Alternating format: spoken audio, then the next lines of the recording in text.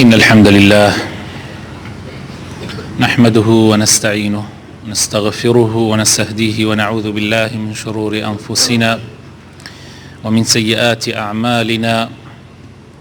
من يهده الله فلا مضل له ومن يضلل فلا هادي له، وأشهد أن لا إله إلا الله وحده لا شريك له، وأشهد أن محمدا عبده ورسوله. يا أيها الذين آمنوا اتقوا الله وقولوا قولا سديدا يصلح لكم أعمالكم ويغفر لكم ذنوبكم، ومن يطع الله ورسوله فقد فاز فوزا عظيما. أما بعد، فإن أصدق الكلام كتاب الله، وخير الهدي هدي محمد صلى الله عليه وسلم، وشر الأمور محدثاتها، وكل محدثة بدعة، وكل بدعة ضلالة، وكل ضلالة في النار. برایانی بەڕێز و خۆشەویست، خوشکانی بەڕێز، بەڕاستی ئێمە لە زەمانێکە ئاژین فیتنە و ئاشوب دەوری داوین. بە مختصری وەکو هەندێک لە پیاوە گەورە و پیاوە تەمەنەکانمان ئەڵێن، ئێمە لە زەمانی ئاخر زەمانین، زەمانێک پڕ لە مەشاکل، پڕ لە کێشە. هەموو کەسێک نەزان و زانا، عاقڵ و بێعەقڵ، کەسی خاوەن توانا و کەسی بێتوانا و سورتک دوور لە ڕووی جەنابتان، دوور لە ڕووی مزگەوت، ئەتوانێن ڕەئی خۆی دەرببڕێ و خەڵکیش گوێی لە ڕەئی بێ، خەڵکیش گوێی لە قسەکانی بێ. لە زەمانێک لە زەمانەکانە ئەو کەسانەی بیانەوێ خەڵگوێی لیان بواە، ئەبوایە خەتیب بواە، ئەبوایە پیاوێکی دەسڵاتدار و گەورە بواە، بیتوانایە خەڵکانێک کۆ بکاتەوە تا خەڵگوێی لێ بگرێ، یا خەتیبی مزگەوت و مامۆسایەکی ئاینی و زانایەک بواە تا 100-200 کەسێ یان ئەو پەڕی بەپێ ئەو زروفە، چونکە کارەبا نەبووە و سەماعات نەبووە، یعنی ئەو پەڕی 1000 کەس گوێی لێ بواە. بەڵام ئێستا هین لە زەمانێکە خۆشەویستەکانم، کابرا لە ماڵەکەی خۆی دانیشتووە، لە هەر ساتێکا و لە هەر وەختێکی شەو و ڕۆژە 24 ساعەتەکە ئەتوانێت قسەیە بکە و قسەکەی هەزارەها خەڵگوێی لێوێ. و ئەو خەڵکەش هەمووی عاقڵ نییە و هەمووی ژیر نییە و هەمووی کەلکی ئەوەی نییە بەڕاستی قسەی بکەوێتە ناو خەڵک.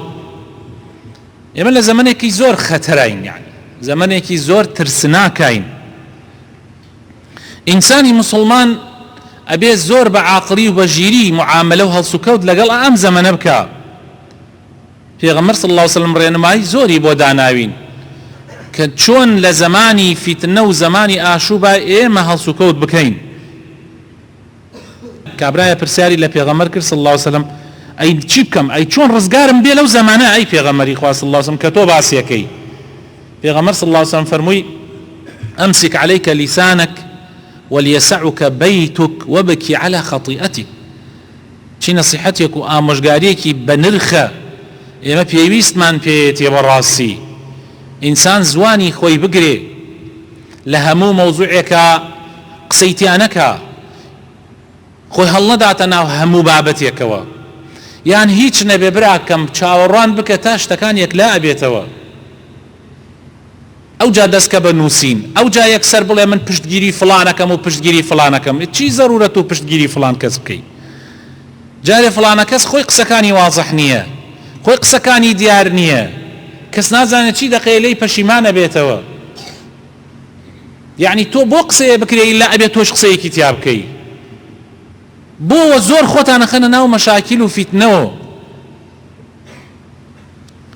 یعنی بەڕاستی زەمانێکی زۆر مشکیلەیە. ئینسانی عاقڵ ئەوەیە کە وەسیەتەکەی پێغەمبەر صلی الله عليه وسلم جێبەجێکە: ئەمسک عەلەیکە لیسانەک، زوانت بگرە. ئەی چۆن ئەبێ زوانم بگرم و ئەی چۆن ئەبێ ئینسان لە پشتگیری حەق نەکا. تۆ کێ ئەڵێ حەق کوا؟ حەق ڕوونە. پێغەمبەر صلی الله علیه و سلم فەرمی زەمانێک دێت ئەمەندە زەحمەتە ئەمەندە لێڵە حەق بە ئاسانی حەق نادۆزرێتەوە. ڕووداوێک ڕوئەدا لە پێشا جارێ پێویست ناکە ئینسان قسەی تیا بکە هەتا تەواو وازح ئەبێتەوە، تەواو تەموو مژەکە لا ئەچێت دوای ئەوە ئەگەر قسەیە بکەی ئەیش پێویستی بە قسەی تۆ نییە. بەخوا پێویستی بە قسەی تۆ نییە.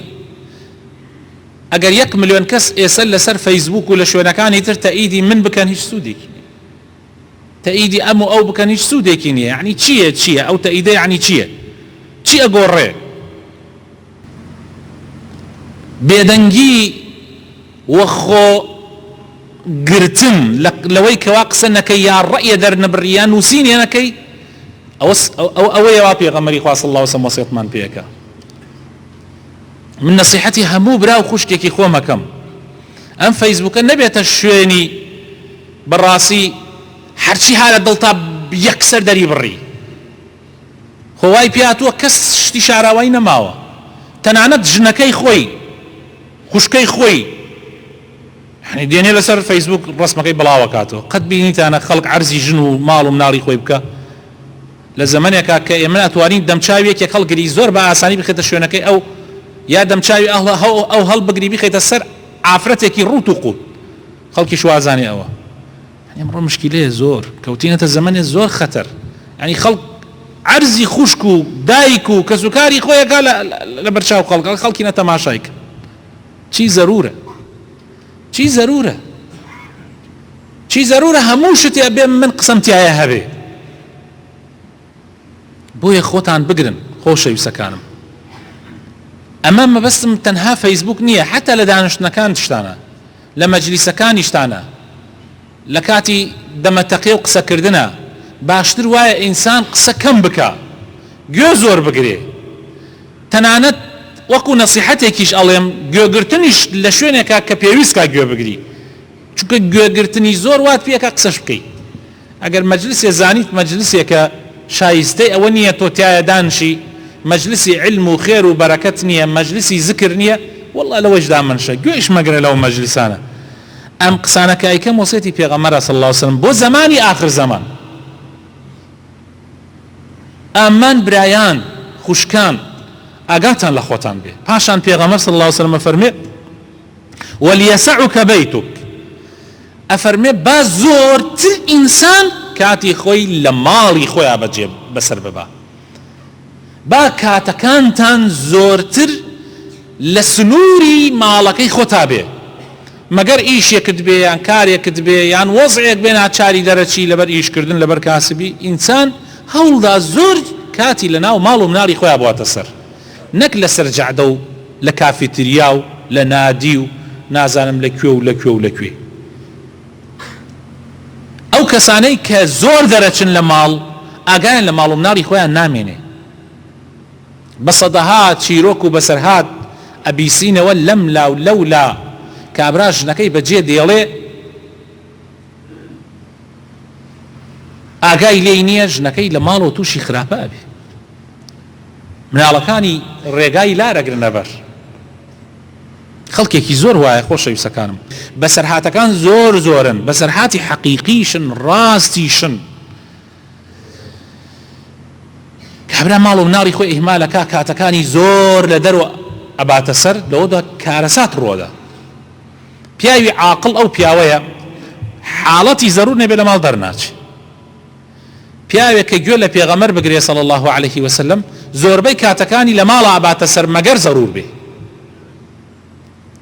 ئەگەر تۆ زوانی خۆت بگری زۆربەی کاتەکەت لە ناو ماڵ و مناڵی خۆتا بێ، وەسیەتی سێمی پێغەمبەری صلی الله علیه وسلم جێبەجێ بکەی، دەی بزانم خەسارەکە یا قازانج، ڕزگارتە بێ.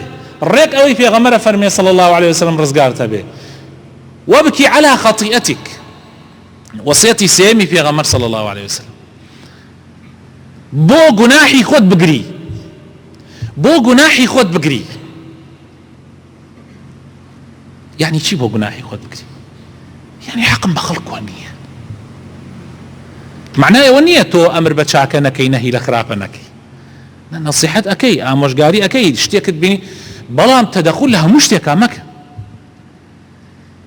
باسی کابرایەکەکەن کابرایە وای کرد ئەیتر من بۆ بڕۆم باسی کەم لە ناو خەڵکە بگەمە ئەم باسی کەم ئەوە زانی کوڕەکەی فلانە کەس وای کرد کچەکەی فلانە کەس وای کرد ئەوە ئەزانی فلانە شتوا بوو فلانە شتوا بوو براینە ئێمە کەرێکێک کۆمەڵێ گوناحی زۆرمان هەیە تخوا با خەریکی گوناحەکانی خۆمان بین من زۆر جار ئەم بەسەرهاتم لەسەر ئەم مینبەرەوە باس کردووە بەس ئایا کێ تەطبیقێکا و کێ جێبەجێئەکا و کێ سوودی لێ وەرەگرێ ئیترەوە خۆتان و ئیمان و زەمیرتان زۆر جار من وتومە لە زمانی پێغەمبەر عیسایە عەلەیهی سەڵات وەسەلام پێغەمبەری خوا صلی الله علیه وسلم عیسا عەلەیهی سەلام دانیشتبوو لە پاڵ تەپەیەکە بینی خەڵکەکە زەلامێکیان هاوردیان ئافرەتێکیان هێنا مهم کەسێکیان هێنا بە لێدان و بە شەقتی هەڵدان و هێنایان پشتیان کرد لە تەپۆڵکەکە و هەرێکی بەردێ دوانا بەدەستیەوە پێغەمبەر عیسا فەرمووی ئەمە چییە خێرە ئەمە بۆ ئەم کابرایە ئاوا تەعدای لێکەن و لێدەن و ئێهێن تیان وڵا ئەی پێغەمبەری خوا ئەم کابرایە گوناحی کردووە بەسەر گوناحێکەوە گردمانە گیراوە یعنی مەبەستیان زیناکردنە عیسا عەلەیهی سەلام فەرمووی یعنی ئەتانەوێت ڕەجمی کەن وتیان بەڵێ ئەمانەوێت بەردبارانی کەن ئەم ڕێتە دەستیان کرد بە زەمکردنی و ئەم پیسە و ئەم بۆگەنە و ئەم ئاوا فەرمووی باش بەس با ئەو کەسەی کە یەکەم بەردی لێدا خۆی ئەو گوناحەی نەکرد بێ یعنی کی ئەو گوناحەی نەکردێ با ئەوە یەکەم بەردەکەی لێدا عیسا عەلەیهی سەلام خوای تەعالا هەندێک معجزەی پێدا بوو یەکێک لەو معجزانە ئەیزانی مەسەلەن کابرا چی کردە چی نەکردە یەکێ لەو معجزانە ئەیزانی لە ماڵەکە تا چیت خڕ کردێ چیت هەڵگردێ پارە و ماڵ و چیت شاردۆتەوە کاتێ ئەمانەیان زانی عیسا ئازانێ کاتێ فەرمووی با یەکەم کەس کە بەردەکەی لێدا ئەو گوناحەی نەکرد بێ هەر هەمویان بەردەکانیان بەدەستیان کەوتە خوارەوە هەر هەمویان بەردەکانیان لە دەستیان کەوتە خوارەوە چونکە هەموویان ئەو گوناحیان کردو بەڵام دێن بەسەر ئەم فەقیرەیە خۆیان ئەکەنە پیاوێکی باش هەر هەمویان ڕایان کرد و ساحەکەیان چۆڵ کرد کابرا بە تاق و تەنیا مایەوە ئەوەی وا گوناحەکەی کردبوو ئەگەر گوناحەکەیشی کردبێ ئەگەر بوختیانیش نەبێ بۆیان هەڵبەست بێ هاتڕماوە مل قاچ و دەستی پێغەمبەر عیسایە پێغەمبەر عیسا فەرمووی بڕۆ تۆبە بکە بینی خۆت و خوای پەروەردگار خوا لێت قبوڵ کە ئێمە کێشەکانمانەوەیە خۆشەویستەکانم قسە لە شتێکەکەین زۆر جار خۆمان ئەو گوناحاکەین خۆمان های لەنا ئەو مەوزوعە خۆمان ئەشاڕۆین باس بە خەڵکەکەین و زەمی خەڵکەکەین و قسە بە خەڵکەکەین ئاگامان لە خۆمان بێ ئەم سێ وەسیەتەی پێغەمبەر صلی الله علیه وسلم وەسیەتی پێغەمبەرە منیش گەیاندم بە ئێوە لە زەمەنی فیتنەیە وتیان ئەی پێغەمبەری خوا من نەجات فەرمووی أمسك عليك لسانك وليسعك بيتك وابكي على خطيئتك سێ وەسیەتی گرنگ هیوادارم سوودتان لێ وەرگرت بێ یا ڕەبی خوایە بۆ خاتر ناوجوانەکانی خۆت ڕەحمان پێ بکە هیدایەتمان بدە نوری ئیمان بخەرە دڵەکانمانەوە یا ڕەبی لەو کەسانە بین کە زوانی خۆمان نەتوانین بگرین یا ڕەبی لەو کەسانە بین کە ماڵەکانمان جێگامان نەکاتەوە یا ڕەبی خوایە لەو کەسانە بین یا ڕەب العالەمین کەوا بەڕاستەقینەی شوێنی دینەکەی تۆکەوین مەشغوڵی گوناحی خۆمان و تاوانی خۆمانە بین بۆ گوناحی خۆمان ئەگرین نەوەک زەمی خەڵکەین و تانە لە خەڵک بدەین یا ڕەبی خوایە بۆ خاتر ناوەجوانەکانی خۆت دامەزراومان بکە لەسەر دیندارێتی لەگەڵ ئەهلی سونەت و جەماعەتە حەشرمان بکە یا ڕەبی خوایە لەوانە نەبین کەوا تێکەڵ بە فیتنە ئەبین و بە مەشاکلی ئەم زەمانە ئەبین یا ڕەبی خوایە بۆ خاتر ناوەجوانەکانی خۆت بۆ خاتر ئیسمی عەظەمی خۆت چاومان لە گوناح بپارێزە زمانمان لە گوناح بپارێزە گوێمان لە گوناح بپارێزە یا ڕەبی خوایە شیفای نەخۆشەکانمان بدەی یا ڕەبی یا شافی شیفای نەخۆشەکانمان بدەی یا ڕەبی خوایە ڕەحم بە مردوەکانمان بکەی احتیاجی محتاجەکانمان جێبەجێ بکەی گیراوەکانمان دەرباز بکەی یا ڕەبی خوایە کوردستان لە هەموو بەڵاو موسیبەتێک بە دوور بگری ئەمن و ئاسایشی تیا بەرقەرار بکەی ئامین ئامین